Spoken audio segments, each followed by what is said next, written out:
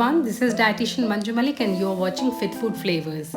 So we often think that better nutrition means adding another supplement to your routine. But sometimes the simplest nutrition boost can come from ingredients that have been sitting in your kitchen for generations. Today I'm going to take 2 tiny seeds and turn them into a very simple yet effective nutrient-dense bites. They are rich in healthy fat, plant protein, a number of micronutrients like vitamins and minerals, fiber, and have multiple naturally occurring plant compounds. Now you can use them as part of your balanced diet. They give a very convenient way to add more nutrition to your day, especially for those healthy hair and glowing skin. So let's make them, and more importantly, let's understand what these tiny seeds actually have to offer. So for this recipe, we are using 3-4 cups of black sesame seeds, half a cup of Kalonji or Nigella seeds, 2 to 3 tablespoons of honey, and a tiny pinch of Himalayan salt. Now we'll start with 3/4 cup of black sesame seeds. Black sesame seeds is a nutrient-dense seed providing healthy fat,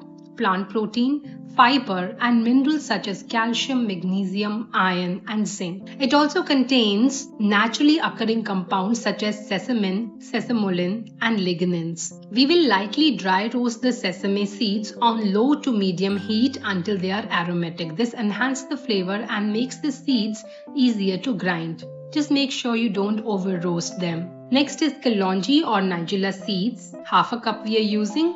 Now remember, Kalonji and black sesame seeds are not same. They are completely different. They might look similar.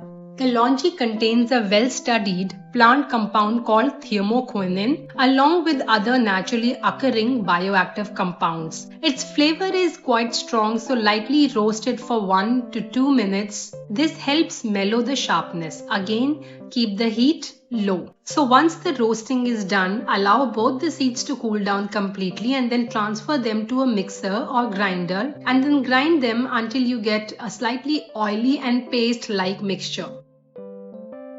Make sure that it's not grainy and it becomes pasty before you add your next ingredient. No need to add any natural oils or water because the sesame seeds will release the oil and helps in giving the texture that we need. Now once you have the desired texture, add 2 to 3 tablespoons of honey. Here, honey is mainly helping us to bind the mixture and also balance the bitterness of Kalonji, and a tiny pinch of salt again to balance the taste. Honey also has a lot of beneficial compounds and antioxidants. Make sure that you're using good quality honey. Once the mixture comes together, take small portion and roll into small bite-sized balls. I got around 15 small balls, but this will depend on the size you make. Store them in an airtight container because there is very little moisture in this recipe. They can generally be kept for a few days in a cool and dry place outside of the fridge as well, but if wherever you are staying it's very hot and humid, then I prefer to refrigerate it to maintain the freshness. Have 1 or 2 small balls a day as a part of your regular diet. I prefer having it in the morning hours. You can have it with breakfast or as small addition to your morning routine like your morning drink. And remember, because these seeds are nutrient and calorie dense, you don't have to have a large quantity to get the benefits. Another important thing is that there is no single food or ingredient that can completely stop hair fall